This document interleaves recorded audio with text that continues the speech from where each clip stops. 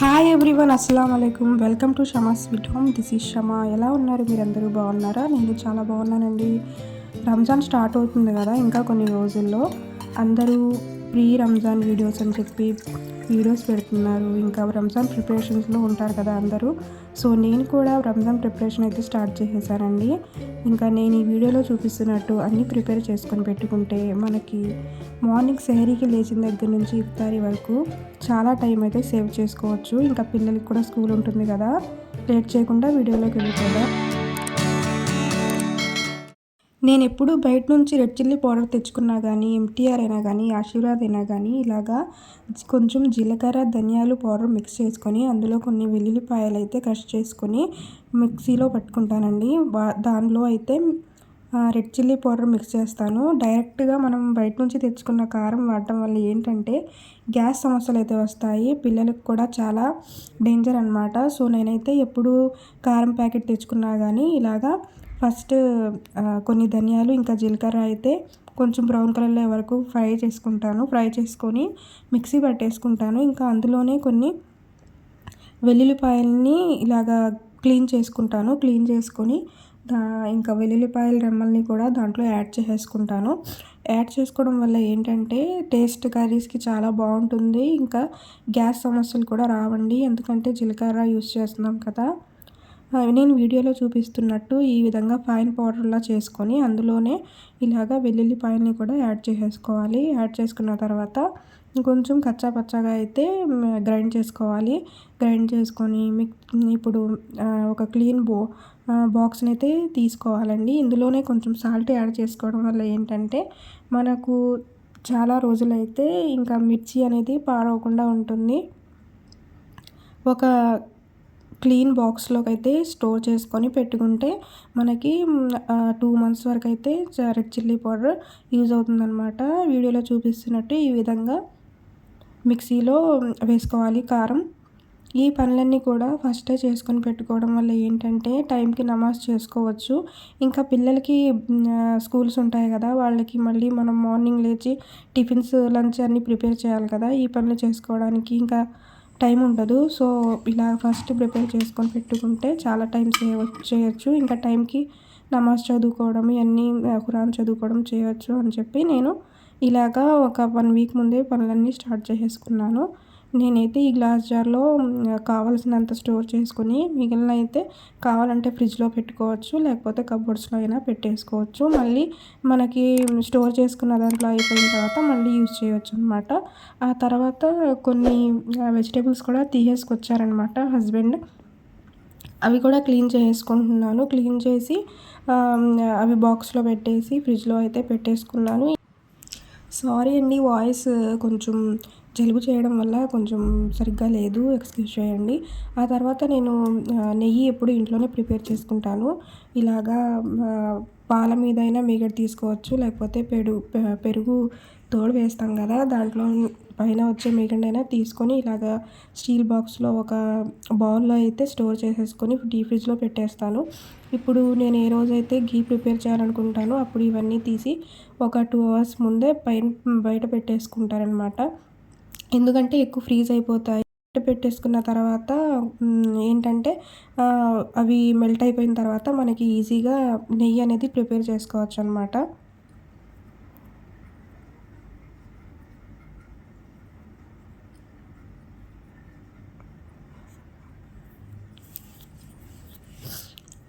నెయ్యి బయట నుంచి తెప్పించడం కన్నా ఇంట్లో మనం ఎక్కువ పాలే తీసుకుంటాం కాబట్టి పిల్లలు ఉన్నప్పుడు ఈ విధంగా మీగడని స్టోర్ చేసుకొని నెయ్యి ప్రిపేర్ చేసుకుంటే హెల్త్కి కూడా మంచిది. చిన్నపిల్లలకి పెడతాం కాబట్టి ఎలాంటి సైడ్ ఎఫెక్ట్స్ అయితే ఉండవు. బయట ఎలా తయారు చేస్తారో మనకు తెలియదు కాబట్టి మనం చూడం కదా.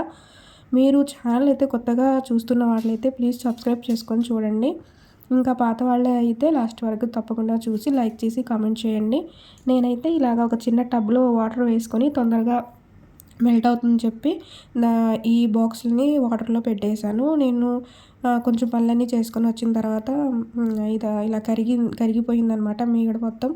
సో ఒక కడాయిలో అయితే వేసేసుకుంటున్నాను.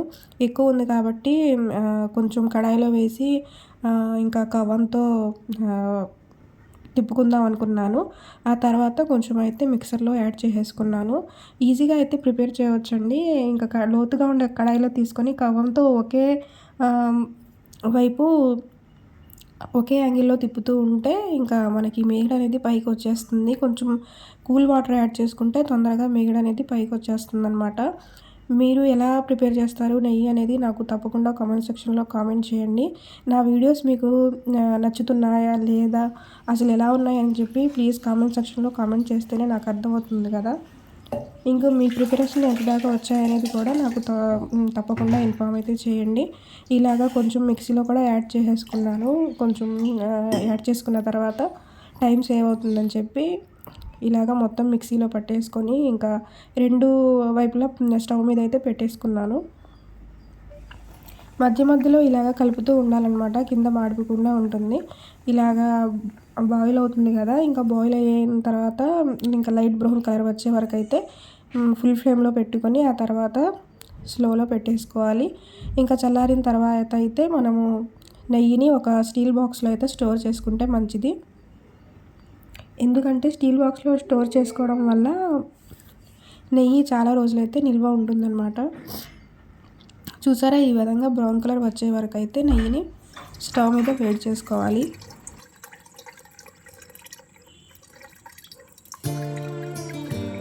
ఆ తర్వాత ఒక స్ట్రైనర్ సహాయంతో ఒక స్టీల్ బాక్స్‌లో అయితే ఇలాగ తీసుకోవాలండి. స్టీల్ బాక్స్‌లో తీసుకోవడం వల్ల ఏంటంటే ఒకవేళ నెయ్యి గడ్డ కట్టినా కానీ మనకు వేడి చేసుకోవడానికైతే వీలుగా ఉంటుంది. నేనైతే ఎప్పుడు ఇలా స్టీల్ బాక్స్‌లోనే తీసుకొని పెట్టుకుంటాను. ఇంకా మూత కూడా కొంచెం టైట్‌గా పెట్టేయాలండి. ఎందుకంటే పిల్లలు ఉంటారు కదా! ఎప్పుడైనా చేయి తగిలినా పడకుండా ఉంటుంది. ఇంకా వేడిగా ఉన్నప్పుడు ఫ్రిడ్జ్‌లో పెట్టుకోకుండా ఒక నైట్ అలా పెట్టేసి తర్వాత ఫ్రిడ్జ్‌లో పెట్టుకొని స్టోర్ చేసుకుంటే చూసారు కదా! ఇంట్లోనే తయారు చేసిన నెయ్యి ఎంత బాగుందో. ఇలాగా వారానికి లేదా ఒక నెలకి సరిపడా మీగడని మనము ఫ్రిడ్జ్‌లో స్టోర్ చేసుకొని ప్రిపేర్ చేసుకుంటే హోమ్‌మేడ్ నెయ్యి అయితే రెడీ అయిపోతుంది. బయట కూడా చాలా ఎక్కువ కాస్ట్‌కి అయితే అమ్ముతారు. మనం ఇంట్లోనే ప్రిపేర్ చేసుకోవడం వల్ల చాలా మనీని కూడా సేవ్ చేసుకోవచ్చు అనమాట. ఆ తర్వాత నేనైతే అల్లం వెల్లుల్లి పేస్ట్ కూడా ప్రిపేర్ చేసేసుకున్నానండి.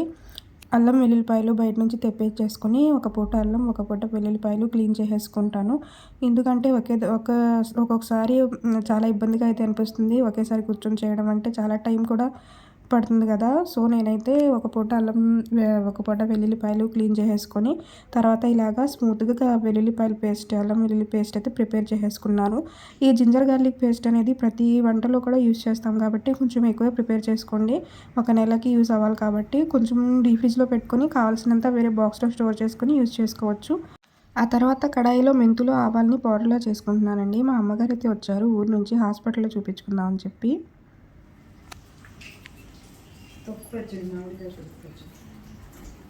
ఇంకా మా అమ్మగారైతే పచ్చళ్ళు పెట్టడంలో ఎక్స్పర్ట్ అనే చెప్పొచ్చు. చాలా టేస్ట్‌గా అయితే పెడతారు. సో, నేనైతే కొన్ని మామిడికాయలు సీజన్‌లో వస్తున్నాయి కదా! చిన్న చిన్న మామిడికాయలు. ఇంకా మామిడికాయలని చక్కగా సన్నగా కోసుకొని దాంట్లో కొన్ని వెల్లుల్లిపాయలు ఇంకా కొంచెం ఉప్పు యాడ్ చేసుకున్నాననమాట. ఇంకా దానికి కావాల్సిన ఇంకా పచ్చడంటే ఆవాలు, మెంతుల పౌడర్ అయితే లేకుండా ఉండదు కదా!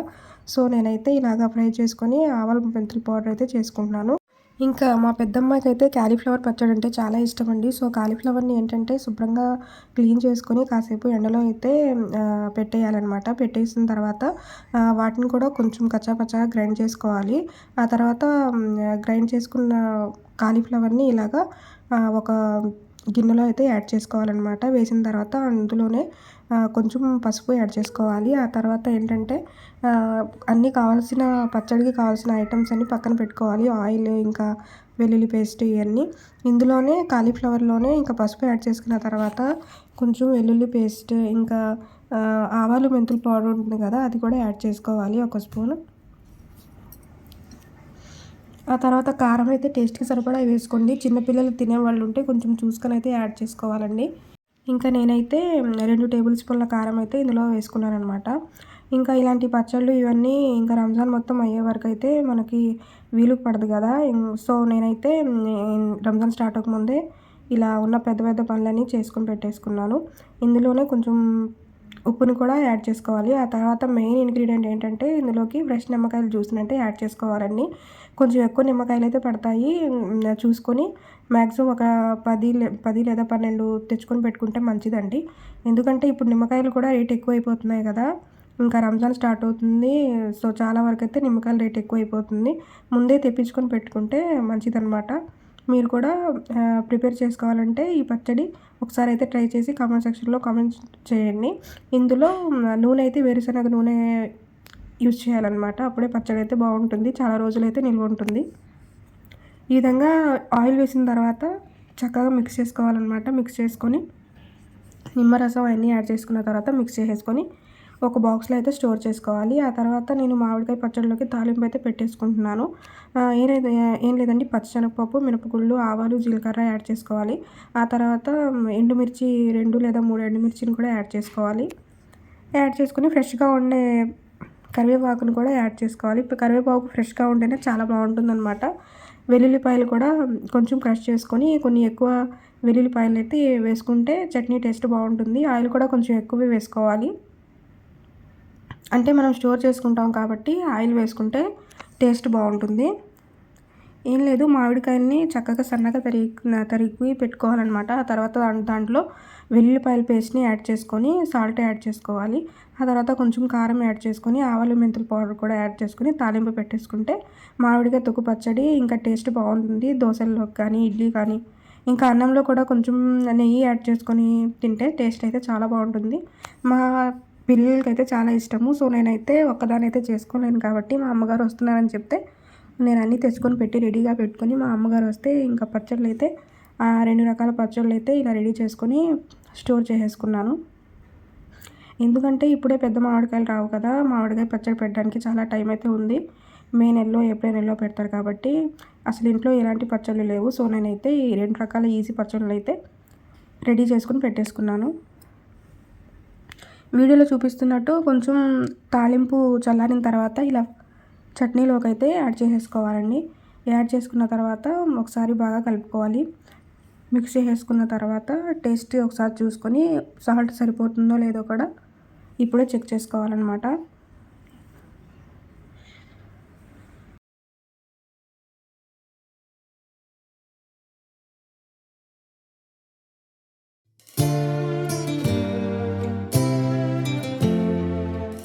ఇంకా ఈ మామిడికాయ చట్నీలో కూడా కొంచెం ఆయిల్ ఎక్కువగానే వేసుకోవాలండి. ఎక్కువ వేసుకున్న తర్వాత ఒక బాక్స్‌లో అయితే తీసుకొని దీన్ని కూడా ఫ్రిడ్జ్‌లో పెట్టుకొని స్టోర్ చేసుకోవాలి. బయట పెట్టుకుంటే పాడైపోతుంది. ఒక 15 రోజులైతే నిల్వ ఉంటుందన్నమాట. ఆ తర్వాత క్యాలీఫ్లవర్ పచ్చడిని కూడా ప్రిపేర్ చేసేసారు కాబట్టి నేను బాక్స్‌లో క్లీన్ చేసుకొని ఒక బాక్స్‌లో అయితే స్టోర్ చేసేసుకున్నాను. చూసారా, కలర్ చాలా బాగుంది కదా! ఈ కాలీఫ్లవర్ పచ్చడి దోస, పెసరట్టు ఇంకా అన్నంలో కూడా చాలా టేస్ట్‌గా ఉంటుంది. మీకు ఈ 2 చట్నీలు నచ్చితే ప్లీజ్ ఒకసారి ట్రై చేసి కామెంట్ చేయండి టేస్ట్ ఎలా వచ్చిందో. ఇంకా నేను మామిడికాయ పచ్చడిని కూడా ఇలా తీసుకొని కాలీఫ్లవర్ ఇంకా మామిడికాయ పచ్చడిని 2 బాక్సుల్లో పెట్టి అయితే ఫ్రిడ్జ్‌లో పెట్టేసుకున్నాను. ఇంకా ఆ తర్వాత ఏంటంటే గరం మసాలా అయితే మెయిన్ ఇంగ్రీడియంట్ కదండీ! ఇంకా నాన్ వెజ్ లాంటివి ప్రిపేర్ చేసేటప్పుడు గరం మసాలా అయితే కన్ఫామ్‌గా ఉండాలి. సో, నేనైతే గరం మసాలా ప్రిపేర్ చేయడానికి కొన్ని ధనియాలు, జీలకర్ర, కొన్ని లవంగాలు, యాలకులు, కొంచెం చెక్క అయితే యాడ్ చేసుకుంటాను. యాడ్ చేసుకొని వీటన్నింటిని బాగా స్లో ఫ్లేమ్‌లో పెట్టుకొని ఇంకా బ్రౌన్ కలర్ వచ్చే వరకు అయితే ఫ్రై చేసుకోవాలండి. కింద నుంచి మాడిపోకుండా కొంచెం లో ఫ్లేమ్‌లోనే పెట్టుకోవాలి. ఆ తర్వాత ఏంటంటే గరం మసాలా, అల్లం వెల్లుల్లి పేస్ట్ ఇవన్నీ ఫస్టే ప్రిపేర్ చేసుకొని పెట్టుకోవడం వల్ల మనకి చాలా టైం అనేది సేవ్ అవుతుంది. అప్పటికప్పుడు టెన్షన్ పడిపోయి మనము ఎనర్జీ వేస్ట్ చేసుకునే అవసరం అయితే ఉండదు కదా! సో, నేనైతే ఇలాగా మొత్తం ఫ్రై చేసేసుకొని ఇవన్నీ చల్లారే వరకు పక్కన పెట్టేసుకున్నాను. చల్లారిన తర్వాత మిక్సీలో వేసుకొని స్మూత్‌గా పేస్ట్‌లా అయితే ప్రిపేర్ చేసేసుకోవాలి. ఒకసారి మనం ఇవన్నీ పనులు చేసుకొని పెట్టుకోవడం వల్ల ఏంటంటే మనకి టైంకి నమాజ్ చదువుకోవడానికి, జిక్ర్ చేయడానికైతే రంజాన్ నెలలో ఎలాంటి టెన్షన్స్ అయితే ఉండవు కదా! అప్పటి పనులు అప్పటికే ఉంటాయండి. పిల్లలు ఉన్న ఇంట్లో ఏదో ఒక పని అయితే ఉంటుంది. అందుకని చెప్పి ఇలాంటి కొన్ని పెద్ద పెద్ద పనులైతే ఫస్ట్ చేసుకొని పెట్టుకోవడం చాలా మంచిది. చల్లారిన తర్వాత మిక్సీలో యాడ్ చేసుకొని స్మూత్ పౌడర్‌లా అయితే చేసుకోవాలండి. ఆ తర్వాత ఒక ఎయిర్ టైట్ కంటైనర్ బాక్స్‌లో అయితే స్టోర్ చేసుకోవడం వల్ల ఏంటంటే చాలా రోజుల వరకు నిల్వ ఉంటుంది. లేకపోతే గట్టిగా అవడం వల్ల పౌడర్ మొత్తం గరం మసాలా మొత్తం వేస్ట్ అయిపోతుందన్నమాట.